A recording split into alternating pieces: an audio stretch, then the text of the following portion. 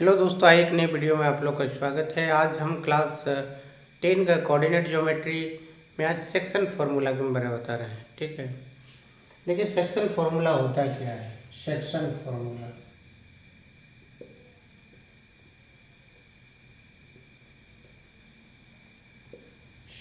Formula what is section formula.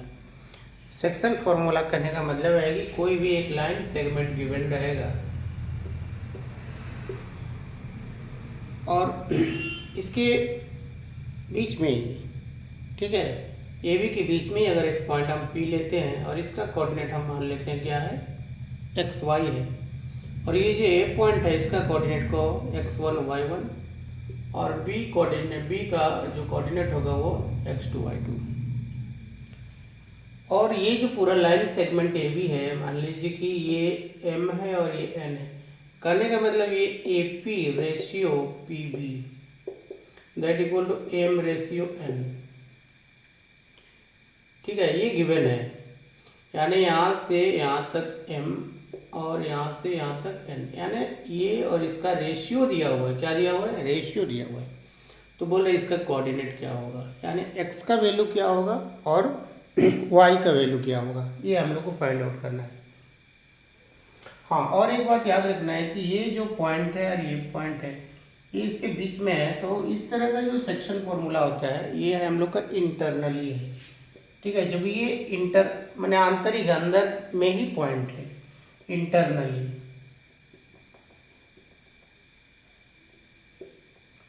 ठीक है, तो उस केस में जो फॉर्मूला होता है उस केस में हम लोग लिखते हैं P, जैसे इसका कोऑर्डिनेट हम लोग मान लिए हैं कि एक्स वाई, तो दैट इक्वल टू होता है mx2 plus nx1 by m plus n। उसके बाद my2 plus ny1 by m plus n। यानी अगर हम लोग x का वैल्यू अगर निकालना होगा तो इसको लेंगे, जैसे mx2 plus nx1 by m plus n, और y का वैल्यू अगर निकालना हो तो my2 plus ny1 by m plus n।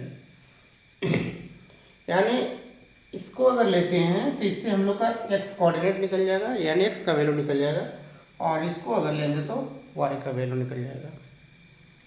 ठीक है, तो ये पॉइंट बीच में कभी कभी क्या होता है कि इसमें अगर जैसे ये लाइन सेगमेंट है, यहाँ दो पॉइंट रहेंगे। ठीक है, यानी ट्राई सेक्शन करने का मतलब ये तीन पार्ट में डिवाइड होगा और तीनों पार्ट, जैसे P है ये Q है, तीनों पार्ट जैसे ये पार्ट है AP, ये है PQ और ये है Q, तीनों बराबर होगा। ट्राई सेक्शन इसको बोलते हैं, ट्राई सेक्शन, यानी तीन इक्वल पार्ट्स में डिवाइड है। तो उस केस में इस पॉइंट का कोऑर्डिनेट इस पॉइंट का कोऑर्डिनेट भी हम लोग को निकालना पड़ता है। तो इसमें भी हम लोग क्या करते हैं कि x1 y1 और ये हो जाएगा x2 y2, दो पॉइंट गिवन है। ठीक है, अब देखिए ध्यान देना है कि ट्राई सेक्शन होगा तो जो रेशियो होगा, यानी ये AP ratio PQ ratio QB, ये हमेशा बराबर होगा। यानी इसमें बराबर होगा तो 1:1:1, यानी सब इक्वल, ये भी वन पार्ट ये भी 1:1। ठीक है, तो इस चीज को समझना है। तो उस केस में क्या होगा, ध्यान से आप लोग देखेंगे, जैसे ये 1 है ये भी 1 है, तो अगर हम लोग मान लेते हैं इस पॉइंट का कोऑर्डिनेट अगर निकालना होगा और इसका अगर हम मान लेते हैं xy, तो ये 1 है ये 1 है, यानी यहाँ से यहाँ तक कितना हो जाएगा, 2 हो जाएगा ये,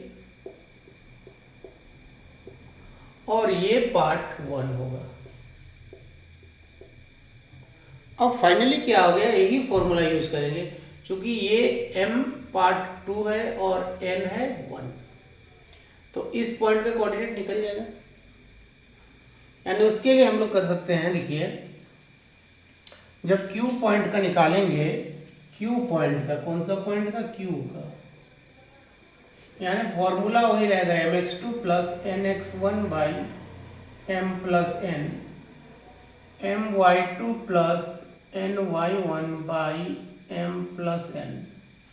बट यहाँ पे क्या हो जाएगा, ये जो m है और ये n है, उसकी जगह जो वैल्यू आ जाएगा वो 2 होगा और 1 होगा, यानी m के प्लेस में 2 होगा, mx2 प्लस 1 नहीं लिख रहे हैं, 1 into x1 that is x1 up two plus 1। अगर x1 और y1 का कोऑर्डिनेट यानी वैल्यू हम लोग को मालूम रहेगा, अगर हम लोग रख देंगे तो x का वैल्यू निकल जाएगा। इसमें भी सिमिलरली हम लोग करेंगे, जैसे 2y2 plus y1 by 2 plus 1।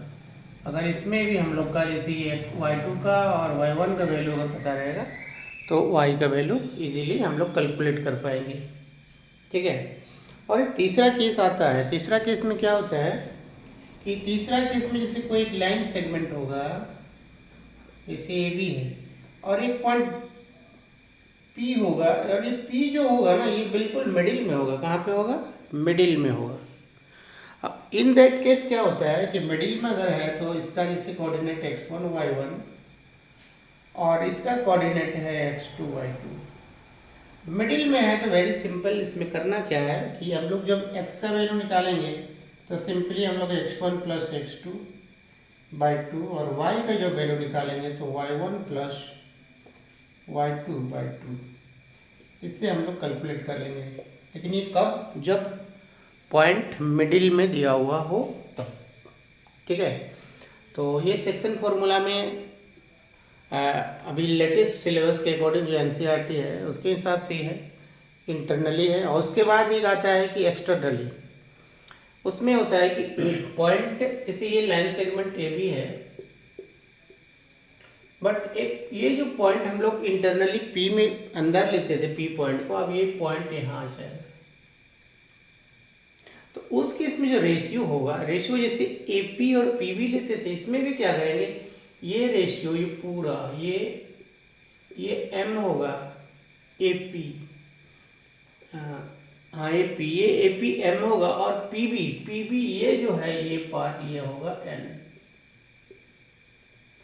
अब इसमें भी x1 y1 ये गिवन रहेगा, यहाँ पर भी x2 y2 गिवन रहेगा, p का कोऑर्डिनेट को मान लेंगे xy। अब इसका कैलकुलेट करना है तो इसमें भी कैलकुलेट करने के लिए बहुत इजी मेथड है। इजी मेथड क्या है कि सेम ही फॉर्मूला यूज होगा, बट जब एक्सटर्नली होगा, पॉइंट बाहर में रहेगा, तो यहाँ जो साइन हम लोग का है प्लस वो हो जाएगा माइनस, यहाँ जो प्लस है वो हो जाएगा माइनस, और नीचे भी हो जाएगा माइनस, यहाँ पर भी हो जाएगा माइनस। कब? अगर एक्सटर्नली हो तब,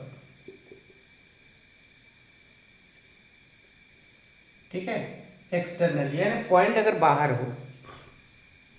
तो अगर इंटरनली का पता है तो सिंपली हम लोग क्या कर देंगे, साइन को बदल देंगे, नेगेटिव साइन बीच में लगा देंगे, तो ये पॉइंट x और y का निकल जाएगा। उसके बाद यहाँ पर भी जब x का वैल्यू निकालेंगे तो यहाँ पर भी क्या करेंगे, नेगेटिव, यहाँ पर भी नेगेटिव, यहाँ पर भी नेगेटिव और यहाँ पर भी नेगेटिव।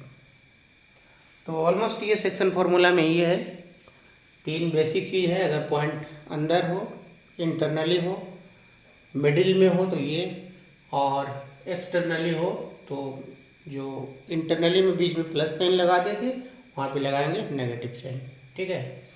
तो ये कोऑर्डिनेट का सेक्शन फॉर्मूला से रिलेटेड बेसिक कंसेप्ट था, और मैं बार बार बताता हूँ कि आपको कंसेप्ट क्लियर होना चाहिए।